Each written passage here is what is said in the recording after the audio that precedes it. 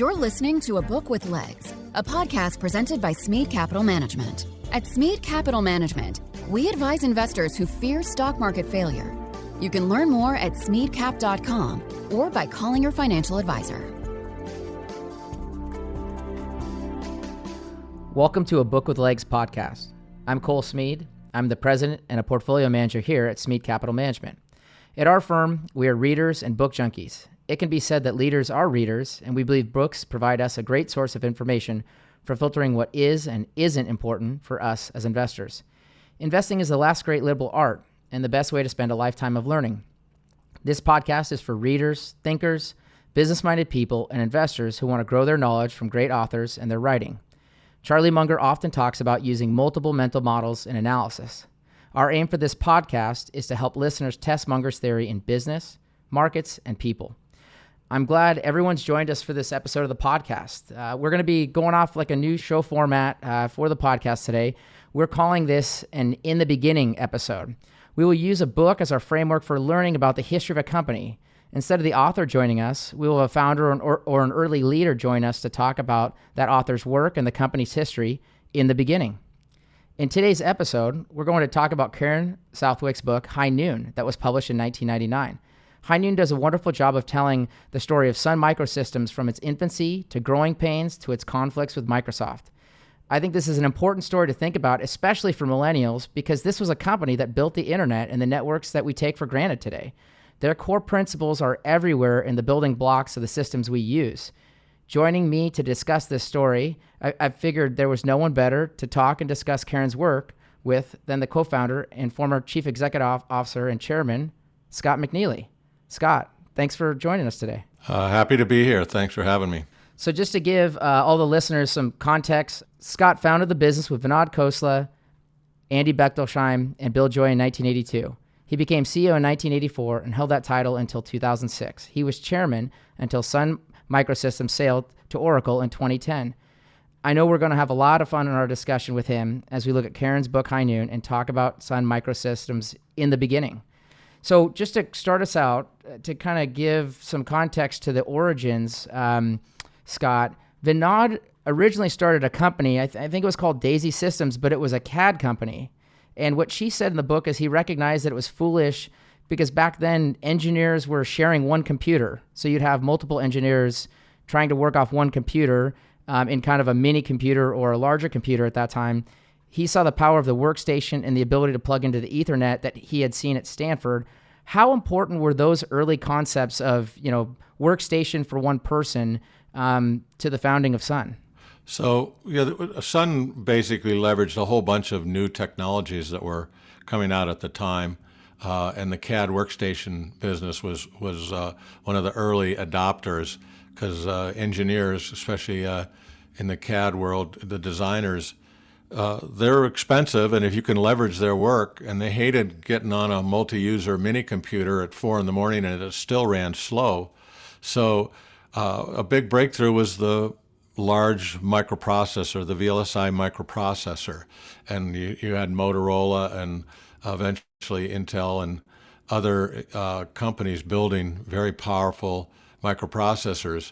And then there was graphics chips that came along, and high-resolution bitmap displays became a new technology.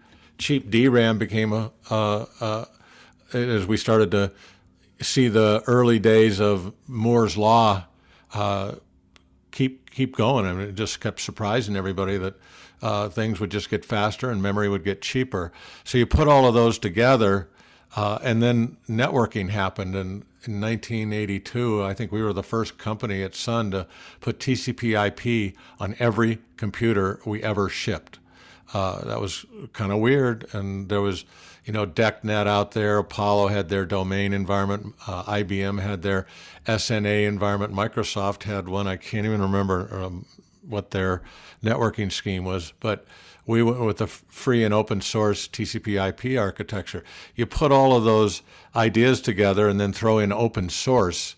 In other words, zero barriers to entry and nearly zero barriers to exit, as opposed to going proprietary.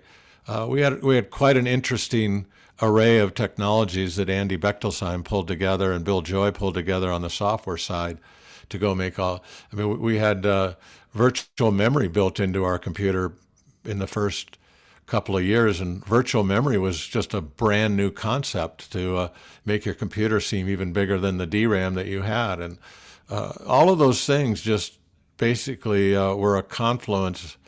Sort of like Uber took a lot of new things and just changed cabs. We took a lot of things and changed the way designers operated. So you just mentioned, Scott, you talked about TCP and open source.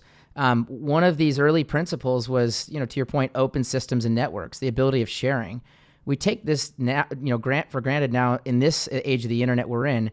But how outside the box was that concept back in 1982? It was very outside the box, and we used to draw a picture and showed a box in the schematic called a file server. And that was a brand new concept. Nobody knew or understood what a file server was all about.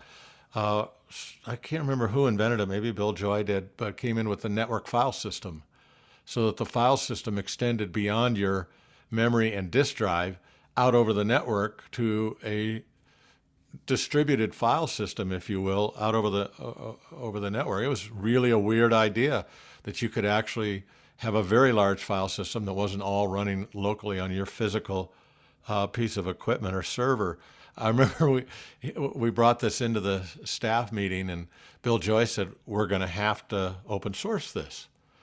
And Vinod and I looked at it and said, "Yeah, that makes sense." And the president that we had hired in from DEC said, "No, you can't do that. That's our corporate jewels. We're going to keep it only us." And Bill Joy said, "That's sort of like having a telephone that has proprietary interfaces that doesn't talk to any other phones. You have to open source it so that the file system can talk to other file systems." He just didn't get it. It seemed obvious to us that if you're going to create a standard, you have to share it. But it was weird because in that day and age, your source code was the corporate jewels. It was your IP. It was your value store, and that's obviously an outdated model of thinking in today. Correct. And we'll come back to that because I think that's a great point you're touching on there. So Sun was seeded with $247,000 by Bob Sackman and Doug Broyles. Southwick writes that the deal was done on a simple mission statement of trust. So how far away are we from these days of what we used to call venture capital versus what we see in what we call now VC markets? Well, we were sort of old-fashioned. I'd gone to business school, and they taught you to make profits, and that making money would make you successful. So we incorporated February 24th, 1982, and in May, our income statement for May showed a profit.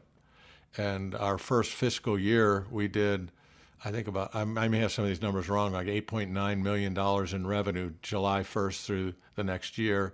And then we did, $39 million the next year. We did $115 million the year after that. We did about $220 the year after that, $500 the year after that, and $1 billion the next year.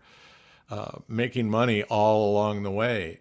Very different than the Amazon model or the unicorn model, where the goal is to get to $1 billion valuation without ever having made a penny. So it's just different. But the tipping mechanism is so well understood, and the market is now so big because everybody's market is global now because the IP network goes everywhere. Sure. So it's just a different era, but that was sort of the old-fashioned era where you actually made money. And I think Karen writes in her book that you guys had set out a plan to break even on a cash flow basis in the first year, and as you mentioned, you did. Well, I wouldn't say we were cash flow break even. We were GAAP profitable, but we were an equipment company, so we were using capital for spare parts and factories and inventory and all the rest of it. So it wasn't cash flow positive. Gotcha. So that you pointed out, that was the ideology back then. Was that also what the venture capital investors that backed you guys expected? In other words, were they expecting to start to see profit early on? Well, yeah, that was sort of the expectation, who could be profitable. It wasn't about ARR and you know, churn and all the other new words that they use in these non-physical, you know, media and data-driven kinds of startups that you see today that are you know, venture capitalists don't even like to do hardware anymore, but you need hardware. So our metrics were to go make money, and we figured we had to do that because it was 27-year-olds who were starting the company, and I had 3 years business experience and the other 3 founders combined. And there had only been 1 or 2 really young startup. I mean, Steve Jobs really broke ground for a lot of us in 1982.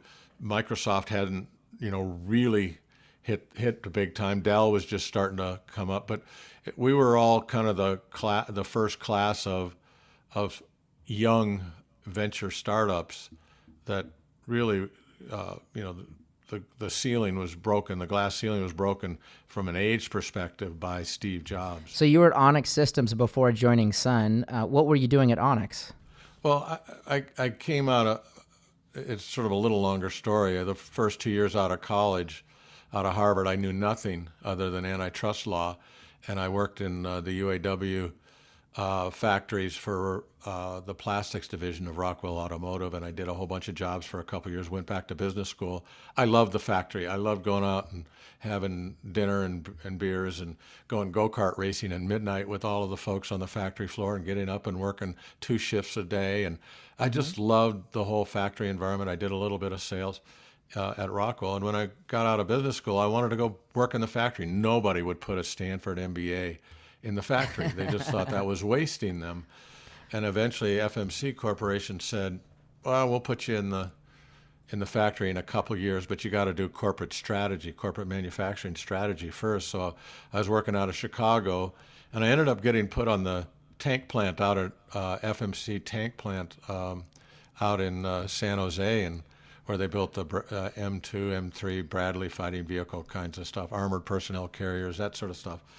And I fell in love with a gal on the team, the strategy team, who lived out in San Jose. I told my boss, move me out there or I'm out of here. I was there for about 2 months, and my old college professor, Bill Reducial, who eventually ended up being my CXO in just about every job that I had, and eventually was CTO at AOL, super bright PhD in economics, my thesis advisor. He was buying computers from Onyx Systems, and he couldn't get enough of them. They couldn't get them out of the factory fast enough. And he said, hey, I know a good manufacturing guy who's building tanks. Why don't you interview him? I got the job, and I did that for 10 months before Vinod said, let's go start Sun. So you grew up in the Midwest, and you're kind of touching at some of your roots. You grew up in both Indiana and Michigan, Bloomfield Hills to be exact. Scott, just so you know, I've been to the Merrill Lynch office there in Bloomfield Hills many times for work. How important were those Midwest roots, and what did they bring to the table, to your point, when you landed in Silicon Valley? Oh, I don't know. It was like, I don't know, leaving Oz and going to Kansas, coming to the Silicon Valley. It's not I was born in Indiana, moved to Illinois, Kansas, Ohio, Michigan, Wisconsin. I lived all over the Midwest, and you know, growing up, we had a bicycle and we took off, and we had to be back by dinner. There were no fences. We didn't lock our doors. We knew everybody on the block. They all knew who we were. You didn't knock. You just went in the door and went into your buddy's refrigerator. You sat and had dinner with him. You just called home and said, I'm not coming home for dinner. And sure. We played. We made up games. We rode all over the place. It was just. I had 4 grades in one classroom at one 4-room schoolhouse that I went to school with, and wow. It was a better era. It was just a better era. I feel badly that my boys were so supervised and so helicoptered. But by necessity, because there was nowhere for them to go on a bike. There were fences everywhere. Everything's locked up, and it wasn't it was safe back in the old days. It was, Sure. we all took care of each other. It was just a very wonderful environment. It taught me nothing about California. So it was just learning something new. Your dad was in the car business with American Motors. As I was reading her story and thinking about your life, obviously Steve Ballmer's father was also an auto family. I know there are people like Keith Kroc, who was raised near the car business. Is there something to this, this commonality between people that were raised in the car business and who ended up having a lot of success in Silicon Valley? Have you ever attributed or ascribed anything to that? Well, the auto industry, my dad was vice chairman at American Motors, and that was when they had the big four. When I was a kid, the highest per capita income geography or region in America was Detroit. The Detroit metropolitan area had the highest per capita income when I was growing up there. I noticed, I read, I don't know how long ago it was, a few years back, I saw the same statement, and you might be a little surprised to think who the new highest per capita income area was. It was Washington, D.C. Mm-hmm. And that sort of shows what has happened and the deterioration of our economic prowess, if you will. But the Silicon Valley has a lot of Midwesterners. Bill Joy was from the Midwest. So, yeah, I don't know what it was, but we were all used to playing and seeing big games, big scale, going international, and building things. I loved it because, having started in the auto industry doing plastics products at Rockwell, I liked putting stuff in a box and shipping it at a profit. And I didn't want to be a lawyer, dividing up the pie and taking a piece for myself. I didn't want to be a broker in the banking world and take some money and send it off to somewhere else and take a commission for myself. That just didn't seem like real work to me. And I loved I loved the chip business. I loved the components business. I loved the computer business. And software was great, but I liked to be able to tape up a box and ship it. So Bill Joy came in as the Unix expert. Southwick mentions that the Berkeley Unix had a quick shutdown process. This was an enhancement, obviously, for the workstation user. Can you explain to our audience kind of briefly what Unix was for an operating system? Well, Unix did multi-user, multitasking, virtual memory.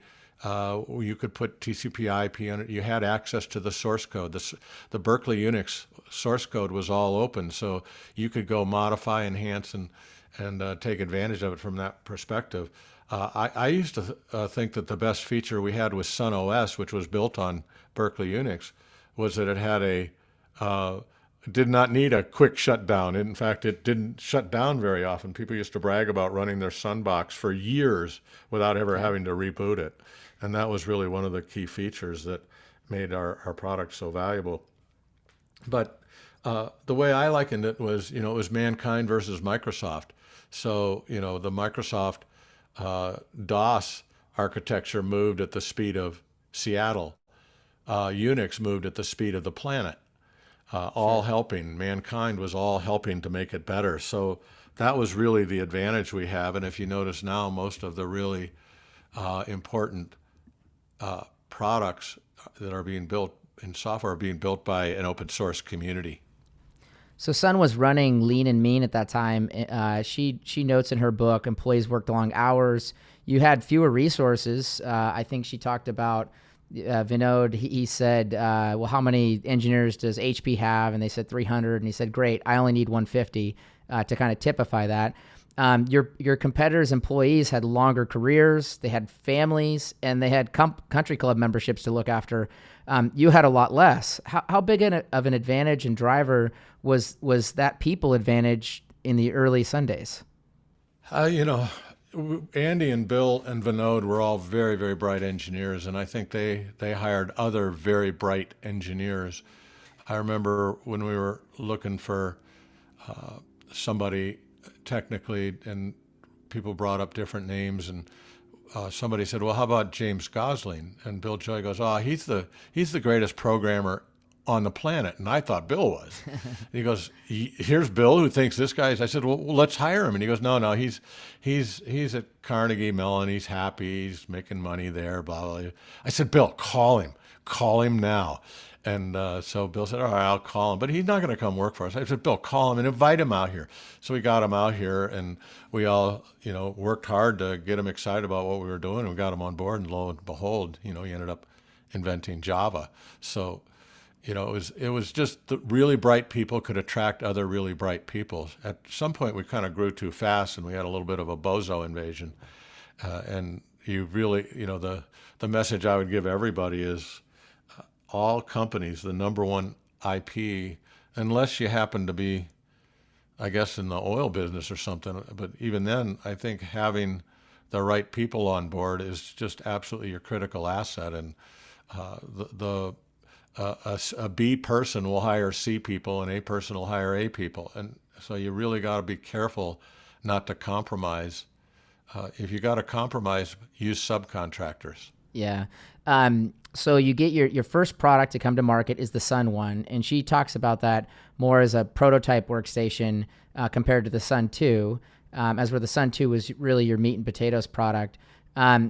She mentions the Comdex trade show in '83.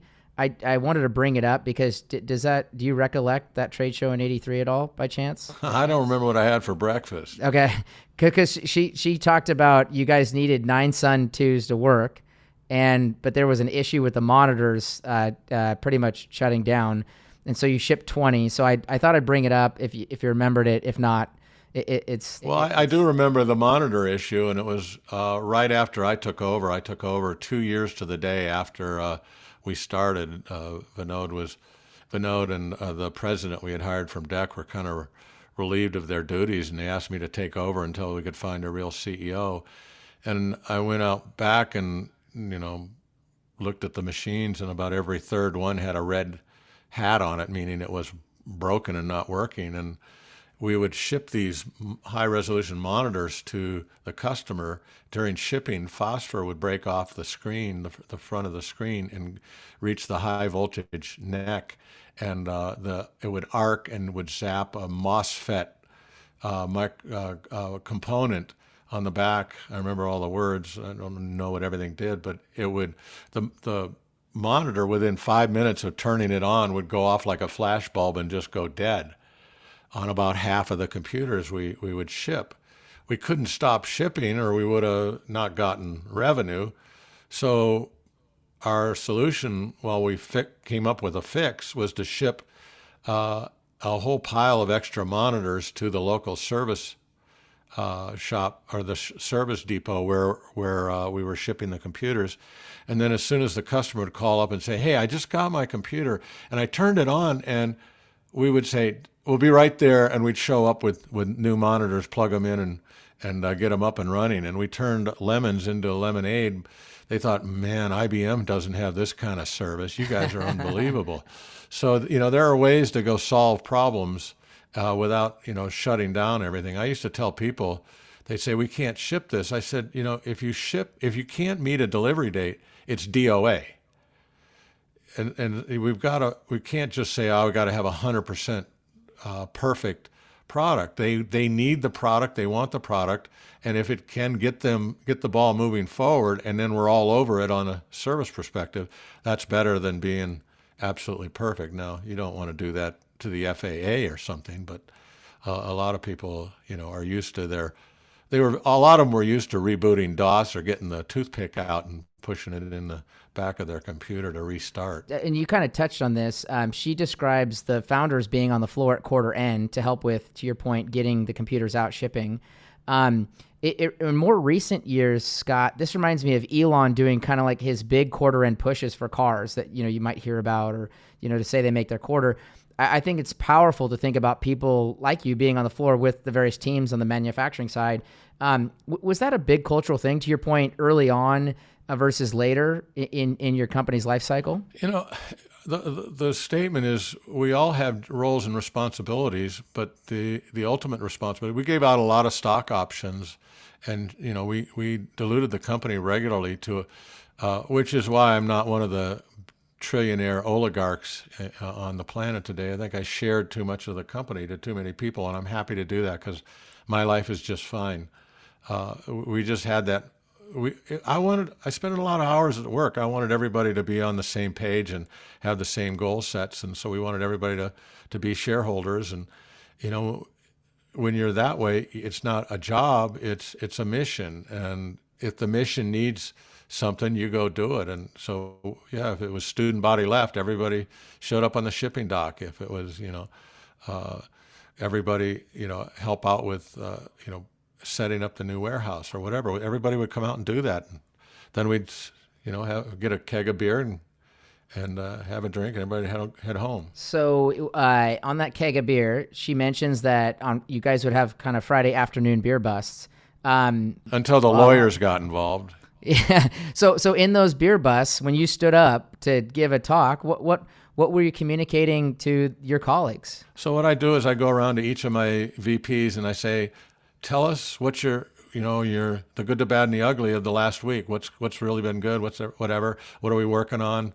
What should I know? What should I brag about? Who should I call out as a superstar or whatever? And I go around with it to every group, and then I'd stand on the beer keg and I'd say, hey, thanks to so-and-so. Hey, good job on the marketing department for launching this. What a great new product release, blah, blah, blah. And everybody would cheer, and I cracked jokes, and it was just an absolute, it was, unfortunately, if you've seen Dropout, it was sort of the stuff that Elizabeth Holmes used to do at Theranos, but I wasn't lying. I was only telling what, the VPs said. I wasn't, I mean, it actually worked.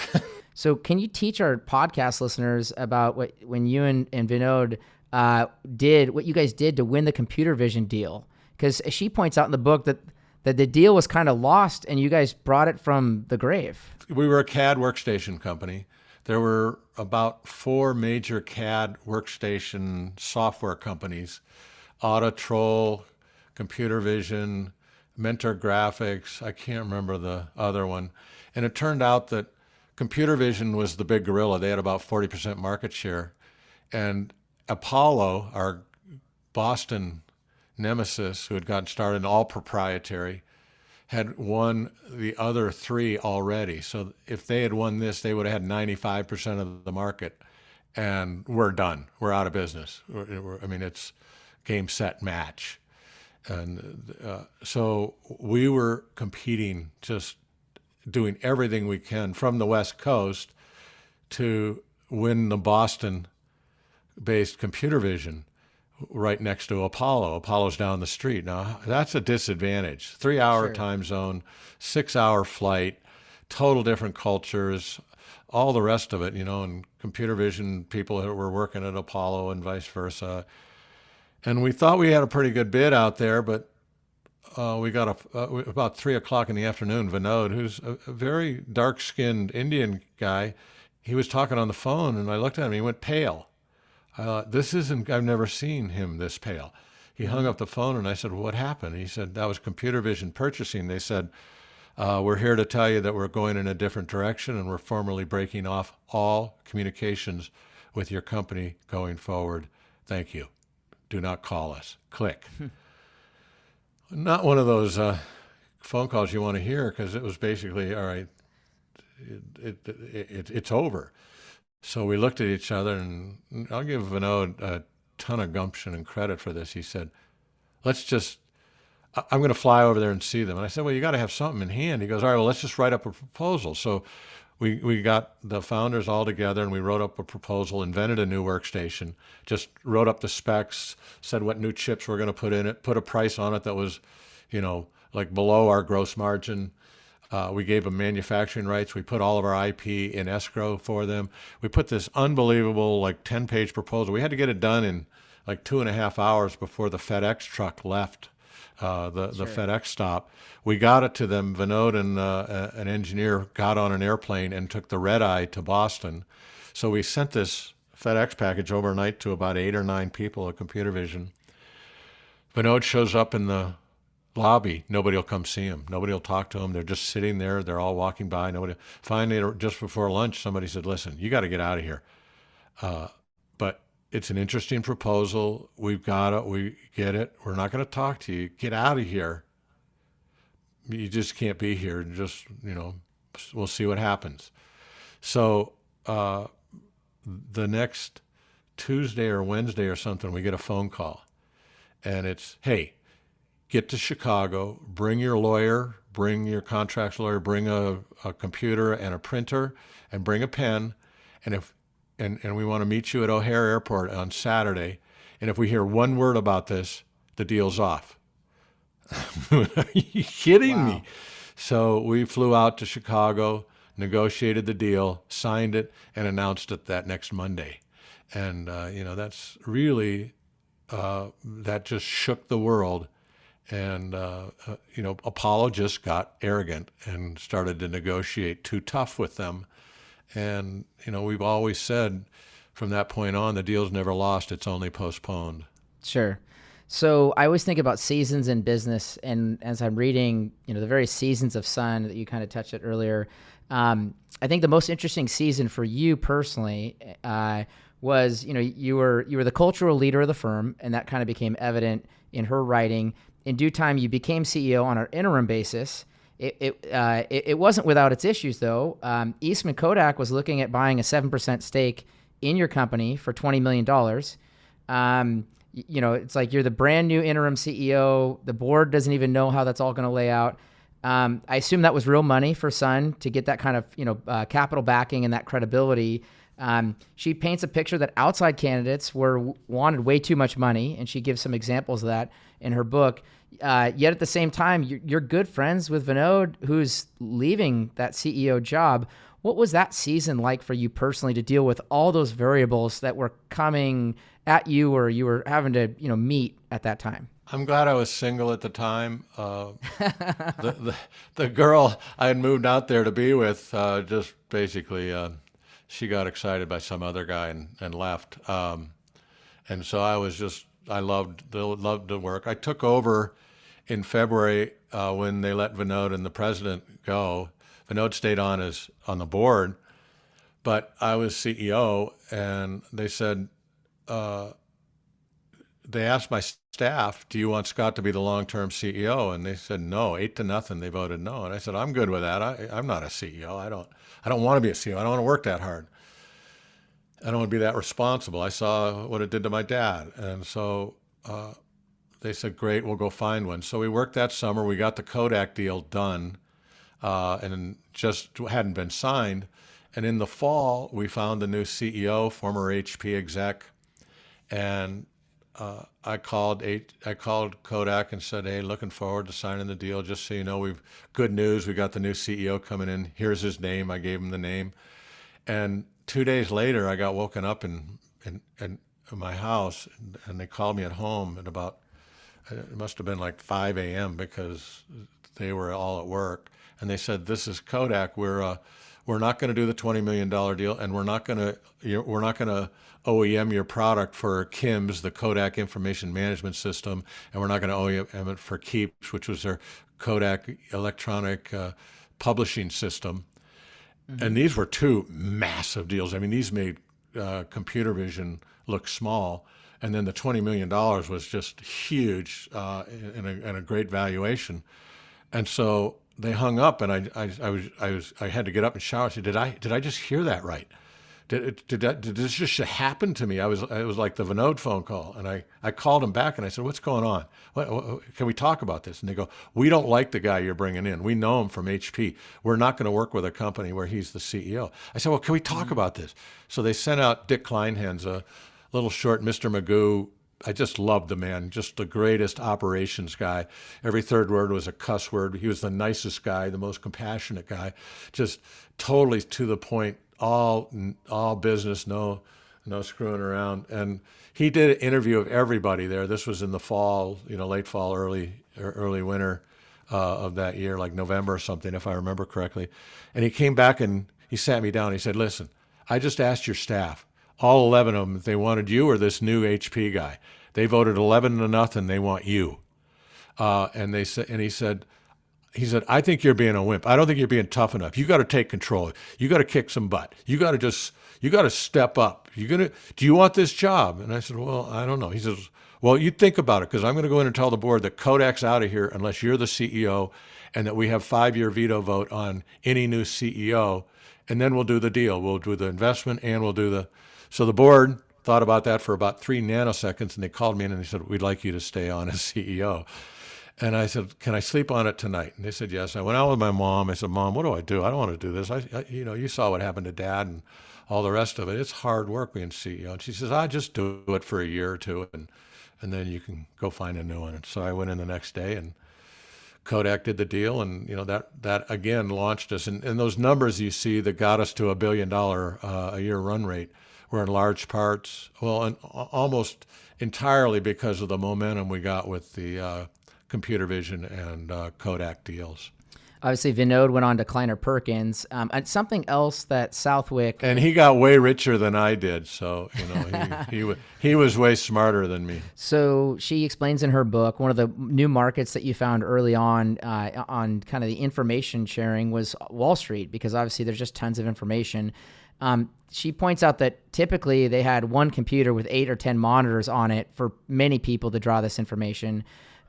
You were selling them the idea of networking with your machines and getting the data on each workstation instead. Is this correct how she explains it? And was this just as an ideal customer? Because these are large margin businesses you're selling into? Well, instead of having tickers and all the rest of it, we gave them big screens, and they could put up multiple windows.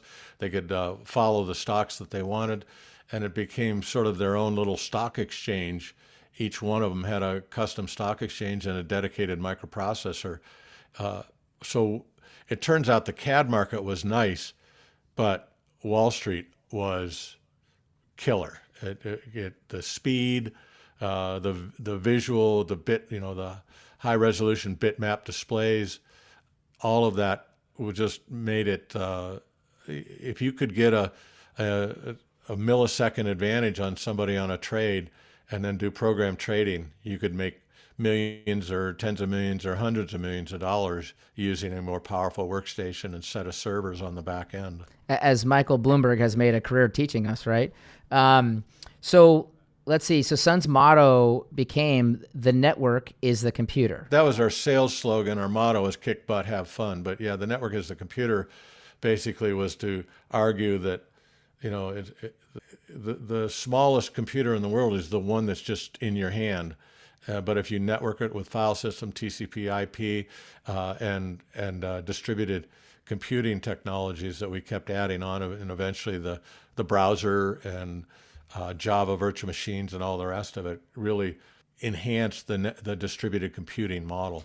So Leonard Busak and Sandy Lerner were working on routers with your guys' machines. You have to bring this up, don't you? Yeah. Yeah, I have to. I'm a good student, right? Sun didn't seize on this idea. Bechtelsheim, in fact, licensed the hardware. And again, this is all coming from Karen's writing, so that's why I wanted to bring it up and try and see if this is all correct. This eventually created Cisco. So here's my question, and I don't have the answer to this, Scott. Only you do. Do you look at this as just a timing issue? In other words, it just wasn't the right season to go after something like that? Or what was it just that you never saw that as the direction for Sun? Well, we believe there was a difference between the network layer and the distributed computing layer. At least I think that's what was going on. We were growing so fast, it was just hard to keep our nose above water. And that's what happens. I just wish Andy and Bill had come in and said, here's a router. We're going to put that on the price list. And I wouldn't have said no. I didn't say no to anything Andy wanted to do. I didn't know what a router was. I didn't know what a switch did, all the rest of it. I was just focused on, keeping the team focused on the goals and building what Andy and Bill designed and shipping it and supporting it and marketing it and financing it and making sure we closed the books. And one of the things I was proud of is, we went 30 years without any scandals, without any financial or, I was never worried that my boys would pick up the newspaper and read something bad Daddy did, So I was happy with all that. But you know what? I wish I'd done Amazon back in the early days. I wish I'd done, we tried to do the AWS stuff, but it was hard in a computer company to do that. Sure. I wish we had done Google. I wish there's a lot of things we didn't do, and Cisco was one of them. And congrats to Cisco, Amazon, and Google for, building off of our technology. And Twitter's built all in Java. It was built all in Java. Good for them. But, you can't be and do everything. I thought we certainly enabled a lot of what came on after that.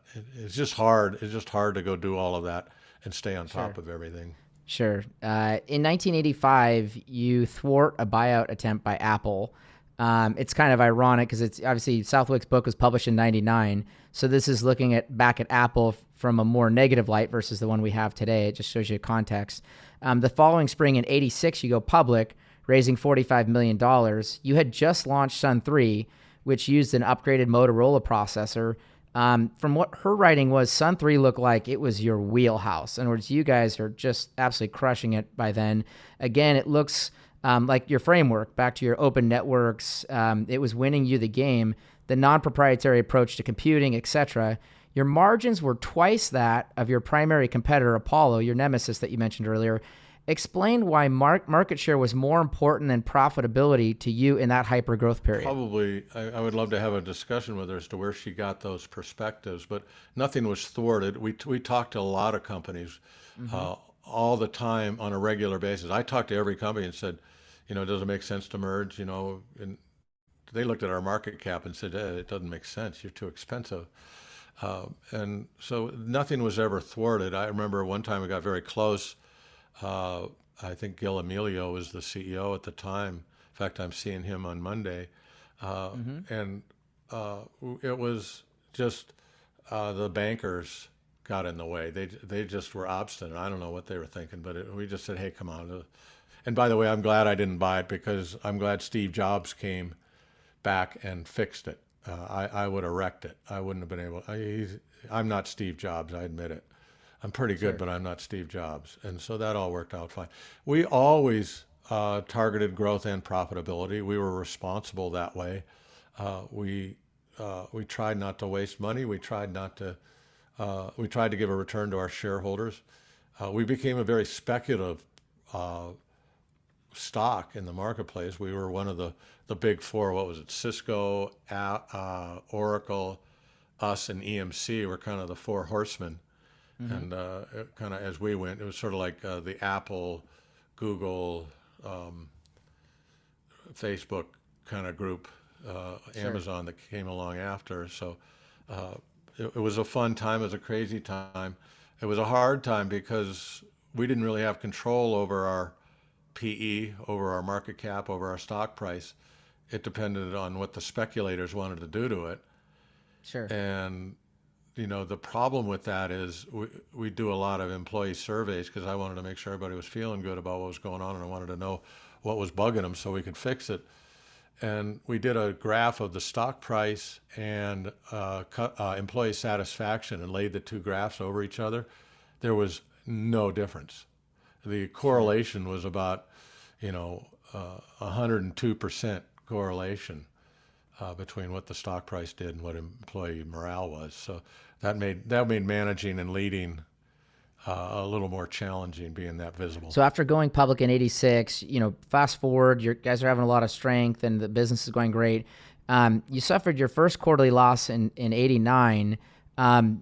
Market share had taken a backseat to financial strength, according to Karen's writing. And I'm not saying that that's what took place. No. I'll tell you what happened. It's very simple. We had a record bookings quarter that quarter, but we were on HP 3000 mini computers, and we were now a billion-dollar company, and we needed to move to a bigger computer, and the only software we could get ran on the IBM mainframe. And we had to switch over to the IBM mainframe, and it was the most painful, complicated, hard to implement, backward moving. We didn't know what else to do, and it was the last thing we wanted to do was get on a mainframe, but there just wasn't ERP software running on Solaris at the time that we could use. So we basically had all of these orders. We had all this inventory.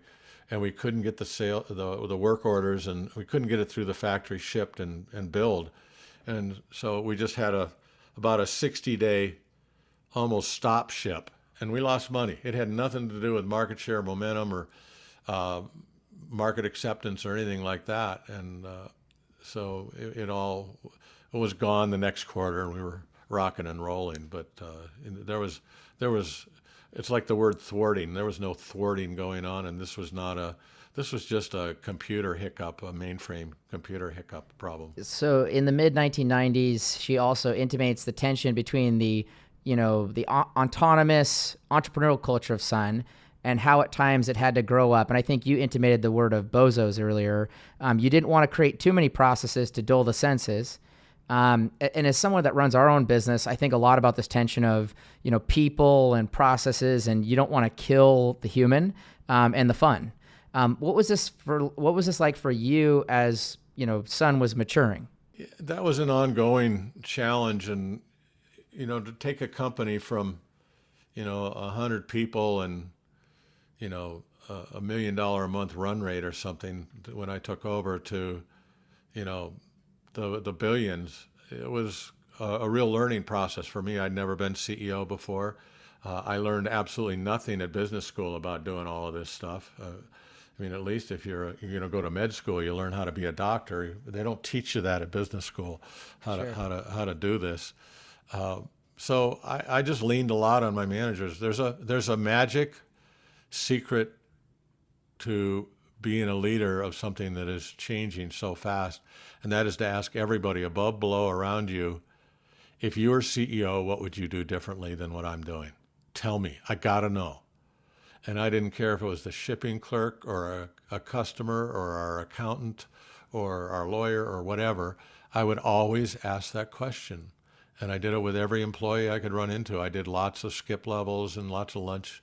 And I would just, because I knew that the CEO is the last person to find out anything. So I would keep asking people, and I would learn. And, I had some very good VPs of human resources, and they taught me how to build processes. So we would have 1 week a month be meeting week. So you could travel the other 3 weeks, but you had to be in town because we were going to do our meetings. We had a very precise calendar. So we would do strategic planning this week. We would do employee reviews this week. We would do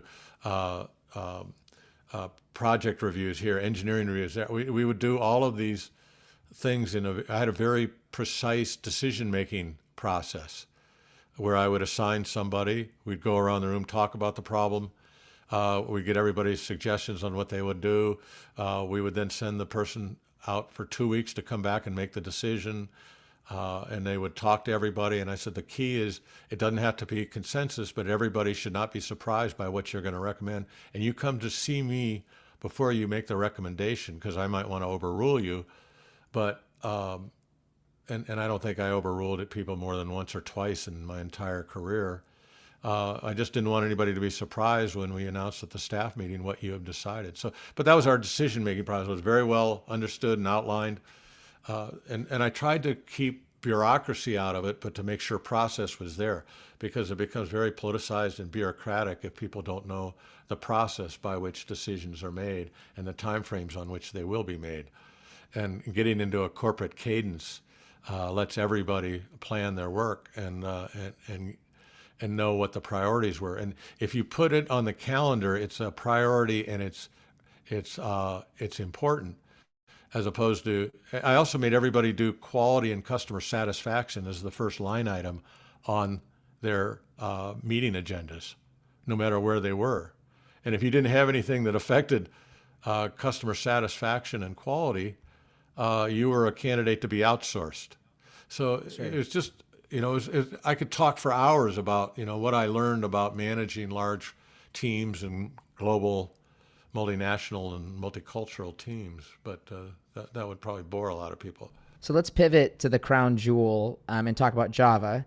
Where did the original idea for Java come from? All of a sudden I heard through the rumor mill that James Gosling was going to leave the company, and I went, oh my gosh, how could that possibly be? So I called him into my office. I said, James, what are what's up? He goes, I love industrial, B2B sales, but I want to do something in the consumer space, something that could, ship in the hundreds of millions or even billions someday.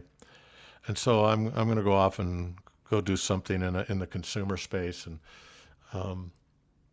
I have some ideas. And so I'm out of here. And I said, James, no, you're not leaving. You can't leave. I said, no matter what you want to do, where you want to do it, with whom you want to do it, and no matter how much money you need to go do it, and how long you need to do it, I will support it. I will fund it. You tell me what you want to go do, but you're not leaving the company. He goes, what? I said, go away, come back in 2 or 3 weeks, show me your plan, show me what you need, show me who you need inside or outside the company to hire to go do this, and I'm going to fund it. And he looked at me and goes, really? And I said, yeah. I said, you're not leaving. He smiled. He said, okay. So he got up, left, came back, and he said 3 weeks later, he said he wanted to develop a clicker. Because it was back in the days when you'd have 15 clickers on your coffee table to work all your equipment and TVs and set-top boxes and stuff. And so I said, sure, whatever. If you think that's going to do something, let's go do it. He went to work on it, and he said, darn, there's no operating systems and languages that will support the volume and the consumer and the network strategy that I want. So he invented his own language. And the marketing folks came up with the word Java to name it.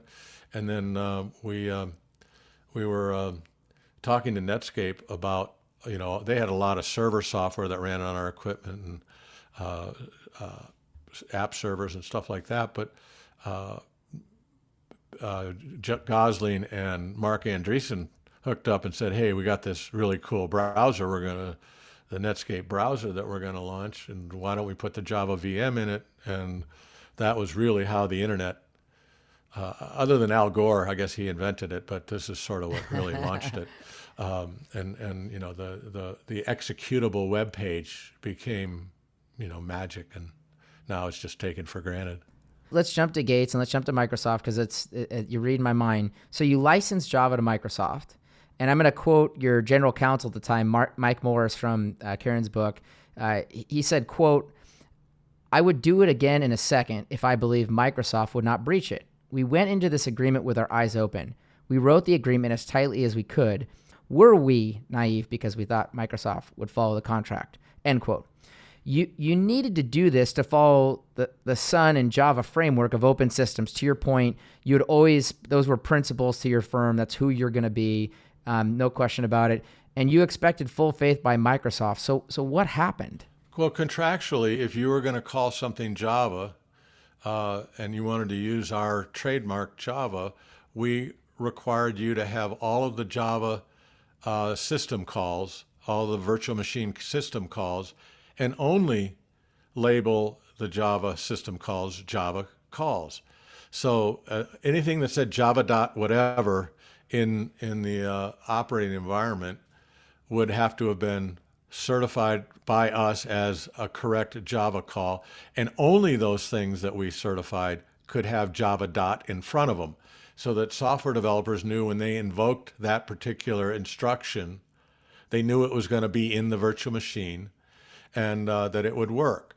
And what Microsoft did was they took some of our system calls out, our Java class libraries out. And so if you developed, say, on the Sun developer tool, authoring tool, and then you ran it, it would break, it would stop, because it would reach out for that system call. And on a Windows machine, they would have pulled those system calls and it would break. And then the other thing that they did is they had their own Java developer tool, and they labeled some Microsoft system calls Java dot something. And so their developers would use their tool and think that those were Java calls. And then when they tried to run it on let's say the IBM VM, it would break because those calls weren't there. So they were calling it Java, but it was a subset of Java that had been, if you will, poisoned with some other stuff that wasn't Java. So that broke Wara, write once, run anywhere. It broke compatibility, and it made everybody, and they were hoping it would make everybody just want to use the Microsoft VM since they were the dominant desktop environment. We had a legal disagreement with them, and we went to court, and we settled for what I think is the largest intellectual property and antitrust. So we got a $2.4 billion settlement, and they had to use our Java VM from that point forward. Sure, and to your point, it's the kind of their Java, their Poison Java, as you mentioned, would only run on Microsoft systems. It wouldn't run on other systems. Their VM could have been ported to other systems, but it wouldn't have been a compatible VM. So Southwick says the Justice Department cited in internal Microsoft documents, and this was when they went to go do their antitrust case. Their objective was to, quote, kill cross-platform Java by growing polluted Java, end quote, as you just mentioned, Scott. Further, she wrote that the government produced email from Bill Gates criticizing IBM for working with Sun on Java. Quote, the Java religion coming out of the IBM software group is a problem, end quote, Gates wrote in an October 97 message, which also referred to IBM as, quote, rabid Java backers, end quote. You consider yourself a libertarian from what she writes. The insistence of killing others rather than, as you guys did, creating something new, which Java was something new. How do you look at this as an American? How do you look at this for society, these kind of practices? Well, I'm probably one of the few CEOs that actually wrote a thesis. I wrote a thesis at Harvard on antitrust. I read the Sherman Antitrust Act, and I've thought about antitrust a lot. There's one wart in capitalism. I'm a raging capitalist, it's monopoly power. And the question is, how do you remedy monopoly power? Part of the suit against Microsoft wasn't about monopoly power. It was about not honoring the trademark and the contract that allowed them to call their stuff Java. So that has nothing to do with market power. That just has to do with the legal system. And fortunately, they got convinced that that was not good. They were not going to win in a jury court, so they settled. The antitrust stuff is all about too big to fail, or so big that they prevent any new competition from happening. My problem with antitrust is it's considered criminal, and I don't think that the CEO who wins the dog race so fast that they jump onto the cart with the bunny on it and run around the corner, and all the other dogs can't see the bunny anymore, and they all stop running and they own it. You don't shoot the dog who is so smart and so fast to get so far ahead of the other dogs that the race is over. You don't shoot that dog. That's secretariat. You put them out to pasture, or you bronze them and put them on the steps of the Commerce Department and make them be Secretary of Commerce.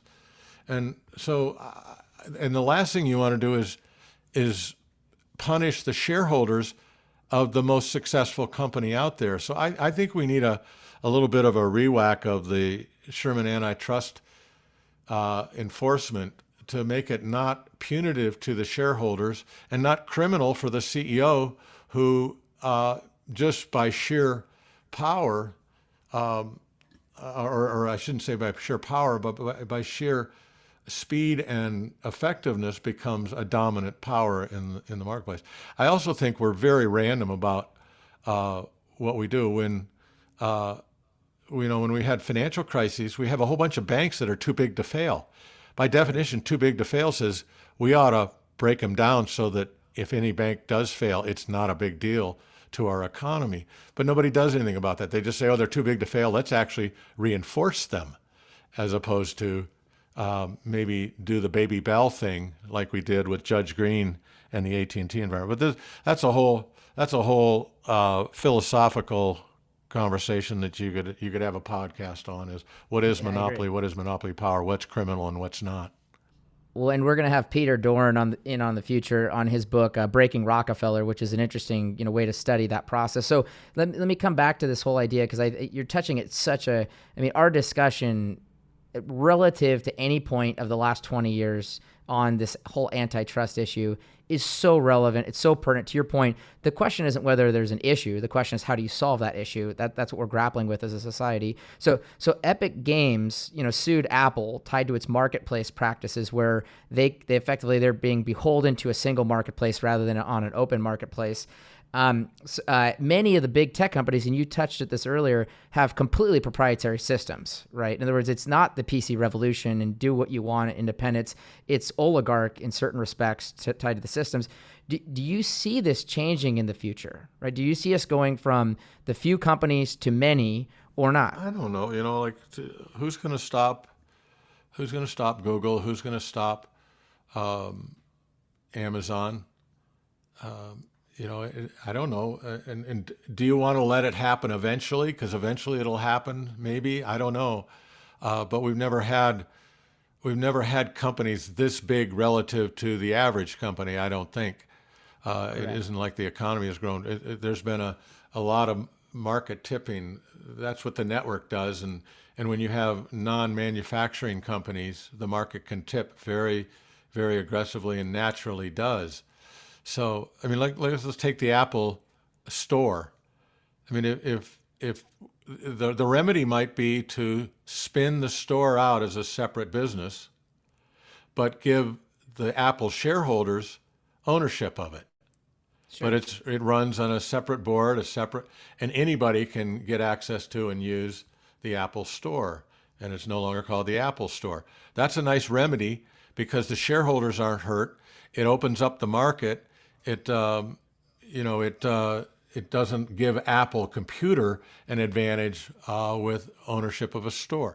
I'm making that up, and I'm sure a lot of people could shoot that idea, but those are the kinds of remedies that we need to have, not ones that punish the shareholder. And in fact, when AT&T got broken up, and if you just held on to your shares of AT&T and each of the baby bells, you'd have done way better probably than if they had kept AT&T as a single monopoly. Because monopolies, when you get that kind of monopoly power, they're slow, they lack innovation, they're overpriced, but they're kind of corrupt and all the rest of it. Just look at every government agency and you'll see what a real monopoly looks like. Let's go. So past her book, the one thing I have to ask you on, and I love this quote. So her book ends in 1999. Obviously, that's not where your story ended with Sun. You had to go through the .com era and then the fallout from that. So I'm going to read what I hope is not your most famous quote, but a quote I love from you. And you said at a Bloomberg conference, I think it was in 2002, 2 years ago, we were selling at 10 times revenue, speaking about Sun, when we were at $64 a share. At 10 times revenue, to give you a 10-year payback, I have to pay you 100% of revenue for 10 straight years in dividends. That assumes I can get that by my shareholders. That assumes I have zero cost of goods sold, which is very hard for a computer company. That assumes zero expenses, which is really hard with 39,000 employees. That assumes I pay no taxes, which is very hard. And that assumes you pay no taxes on your dividends, which is kind of illegal. And that assumes with zero R&D for the next 10 years, I can maintain the current revenue run rate. Now, having done that, would any of you like to buy my stock at $64? Do you realize how ridiculous those basic assumptions are? You don't need any transparency. You don't need any footnotes. What were you thinking? End quote. So, Scott, you lived through the tech bubble. Your quote there talks about, the look back of that 2 years later. I wrote about your quote in a piece this last fall called, I titled The McNealy Problem, which was credit to your quote that we just talked about, because you were sharing wisdom, in my opinion, for future generations. How do you look at what is going on in markets today and in technology companies today, and what your experiences have taught you about that? It tells me that there's an enormous amount of speculation. There's an enormous amount of manipulation. There's an enormous amount of, I've always thought that if we really wanted to get the speculators and the inside traders out and all the rest of it, that we ought to have a capital gains schedule, capital gains tax schedule that says if you hold an asset for less than a year, you pay 95% taxes on it. If you hold it for 10 years or more, you pay 5%. and then you straight line it in between. That eliminates any value to insider information. Wall Street would hate that, though, Scott. They would hate Of course they would, because there would be no reason for them. There's no hedge funds. There's no. This would, and you will never get that out. But it's a very simple solution. And all of a sudden now, I don't need to have all of these guidance, all this guidance stuff, all the rest of it. And I also think that we ought to have companies float their own shares on their own website, and all of their data is on their website. That better be accurate, and they can sell new shares or they can sell old shares in a bid-ask situation, and people are on the hook to find their own analyst to analyze the data on your website, and you can put pictures of every asset you had, how old they are. And if they're still in use and where they are, all the rest of it, what you paid for them, and let people do their own depreciation on that thing and decide what it's worth, instead of all these crazy gap rules and all the rest of it, and let analysts really do analyze the cash flow opportunities for any particular business, and don't make me pay an accountant to come up with a certified number. I just have to, an EPS number. That's not my job. My job is, I'm incentivized to lie on that thing because I want the stock price to go up so I have a lower cost of capital. The system is really broken. It's really dumb. And why do I have to go to a third party to buy or sell my shares? I've got all the data on my website. It's all right there. eBay did Beanie Babies, and I can't do my own shares. So but that would, then you could level Manhattan and make it a golf course.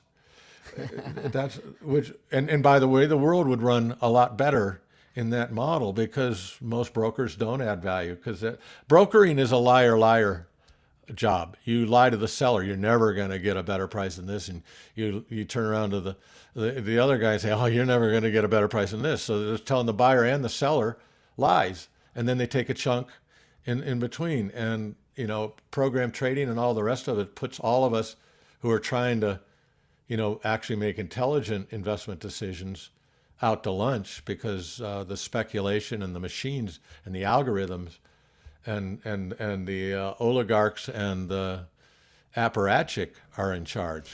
Well, you remind me of the old joke, why did God make stockbrokers? And he made them so that, his children would pray. Scott, we could go on for a long time today, just because your story, your leadership, your company, Sun's history, what it did. To your point, it didn't profit the most from how many great technologies came out of it. Is there anything that we haven't talked about tied to Sun that you think needs to be mentioned? Yeah, I think I don't know. I think we already said it. I just felt good about the character of our team, the fun that we had, the impact that we made, the honesty with which we dealt with the customer and our partners. And, the S always stood for share. We allowed lots of people to share in the success of the company. And I think if you talk to the 235,000 Exim Sun employees, that you get a stunningly, almost a near unanimous, hey, that was the best place I ever worked. And that's a huge sense of pride for all of us. And we're all still a team. And you know what? If you say to somebody, hey, I used to work at Sun, they'll say, what can I do to help? You're part of the family. So that was really, I don't know that companies have that kind of culture, but anymore. I'm sure there's lots that do, and a lot of private companies do. But we were able to keep it as a public company. It was harder, and it eventually became, impossible. But it was a really, really great run. Now, obviously, you haven't been at Sun as chairman since back in 2010, as we mentioned earlier. So what I'd love you to do, Scott, is teach our listeners what you've been up to since. Obviously, your new venture is Curriki, and I'd love for you to teach them about what you're involved in and what you're leading now. All right. Well, I stepped down from CEO because I had boys that were 2, 4, 6, and 8 years old, and I was working a bazillion hours, and I didn't want to leave my wife alone with 4, wild cowboys at home. So I wanted to be with them. I wanted to help raise them. My dad wasn't there.